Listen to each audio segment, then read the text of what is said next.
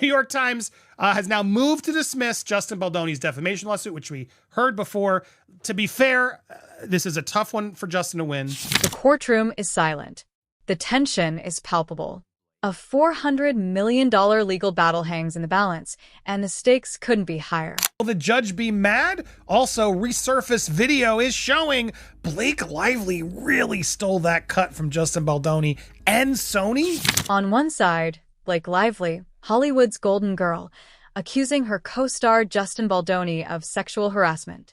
On the other, Baldoni, fighting back with a defamation lawsuit, claiming he's the victim of a calculated smear campaign. Read the general public response to people feeling like a bunch of A-list Hollywood bullies need to be shown that bullying is unacceptable. And right in the middle, the New York Times, accused of being a pawn in this high-stakes game of Hollywood revenge. But here's the twist. This isn't just about who's telling the truth. It's about power, influence, and the lengths people will go to protect their reputation. I knew that they just wanted me to show up and look cute and stand on a little pink sticker where I'm supposed to go and say what I'm supposed to say, but I also knew that that wasn't fulfilling for me. Blake Lively and Justin Baldoni were once collaborators, working together on the set of It Ends With Us. But behind the scenes, something went terribly wrong. Lively alleges that Baldoni sexually harassed her during filming, a claim he vehemently denies. He told us that Justin Baldoni denied those claims of sexual harassment and only tried to appease Blake Lively because she was such a high-maintenance diva bully brat. He had to bend over backwards just to get her to shut up and complete the film. Instead, Baldoni claims Lively and her husband, Ryan Reynolds, orchestrated a smear campaign to destroy his career. And here's where it gets even messier.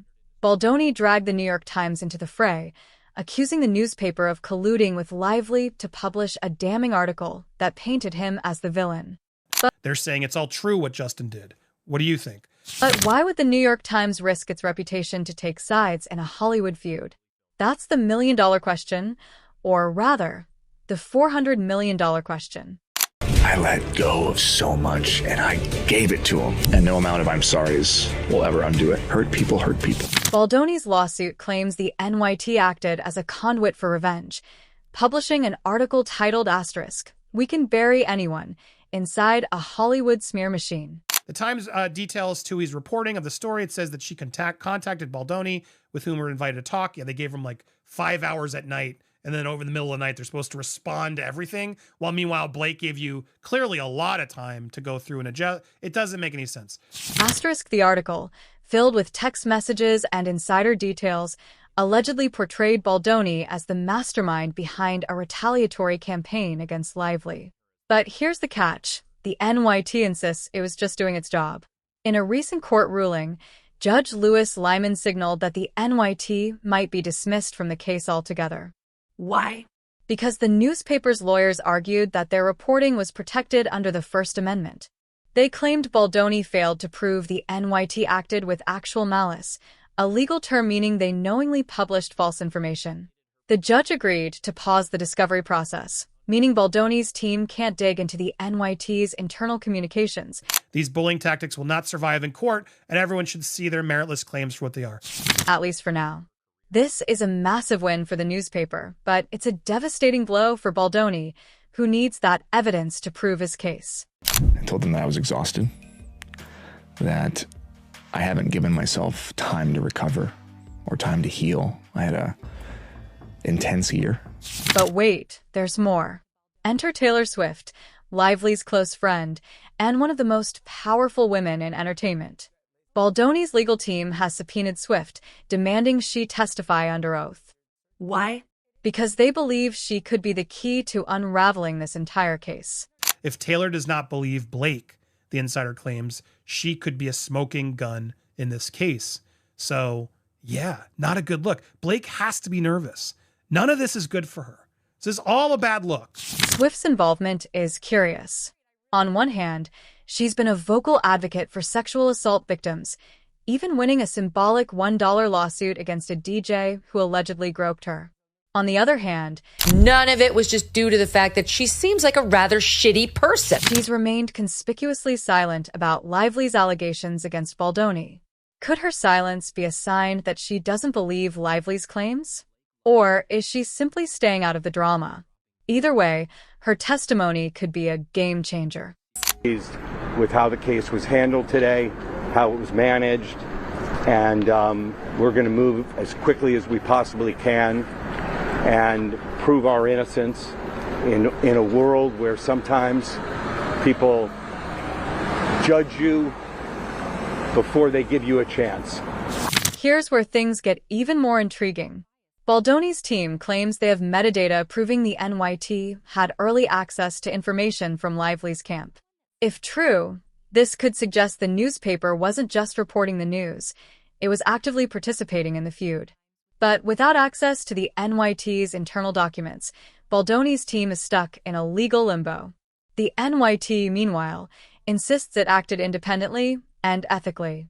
Their spokesperson stated, "The court has stopped Mr. Baldoni from burdening the Times with discovery requests in a case that should never have been brought." Is that they want the receipts. Regardless of what happens with this New York Times case, which is going to be hard, they still, this shouldn't be dismissed because we still need to prove what the receipts are. This isn't just a legal battle, it's a war of reputations. For Baldoni, the stakes are sky high. If he loses, his career could be over. For Lively, the pressure is mounting. If her allegations are proven false, she risks not only her reputation but also her relationships in Hollywood. And for the New York Times, this case is a test of its credibility. If the court rules in their favor, it will reinforce the importance of press freedom. But if Baldoni's claims hold up, it could expose a darker side of journalism. She decided to blame him, and boy, does she open up a hornet's nest and learn, be careful what you wish for, because now you've got the fight you asked for, and you're not winning it. A lot of material success and a lot of emotional stress. It's very hard on me and my family. This case isn't just about Blake Lively and Justin Baldoni. It's about the culture of Hollywood itself. It's about how allegations are handled, how the media reports on them, and how power dynamics play out behind the scenes. It's about the fine line between journalism and manipulation, and the consequences of taking sides in a feud. That Justin Baldoni, ultimately, by the time they got to the premiere, was mandated by Blake Lively to spend the night in the basement away from his co-stars and didn't even get to see the final cut of his own movie because Blake Lively insisted that she be the one to approve it until he watched it on the screen with his editors. The judge's decision on whether to dismiss the NYT from the case is imminent. If the newspaper is removed, Baldoni's lawsuit will focus solely on Lively and Reynolds. But if the NYT stays in, the discovery process could reveal explosive details about how the article came to be. Meanwhile, Taylor Swift's potential testimony looms large. Will she back up Lively's claims, or will her silence speak volumes? And what about the metadata? Will it prove the NYT's involvement, or will it turn out to be a red herring? She is accused of having turned the whole cast of It Ends With Us against Justin. Very small, insecure man. And so what makes Ryan feel good about himself is money and power and proximity to power. Here's the thing. This case isn't just about who's right or wrong. It's about the truth. And in a world where perception often outweighs reality, the truth is harder to find than ever. So, as the legal battle rages on, one question remains. In a fight between Hollywood's elite, who will come out on top? And more importantly, what will it cost them? Stay tuned, because this story is far from over.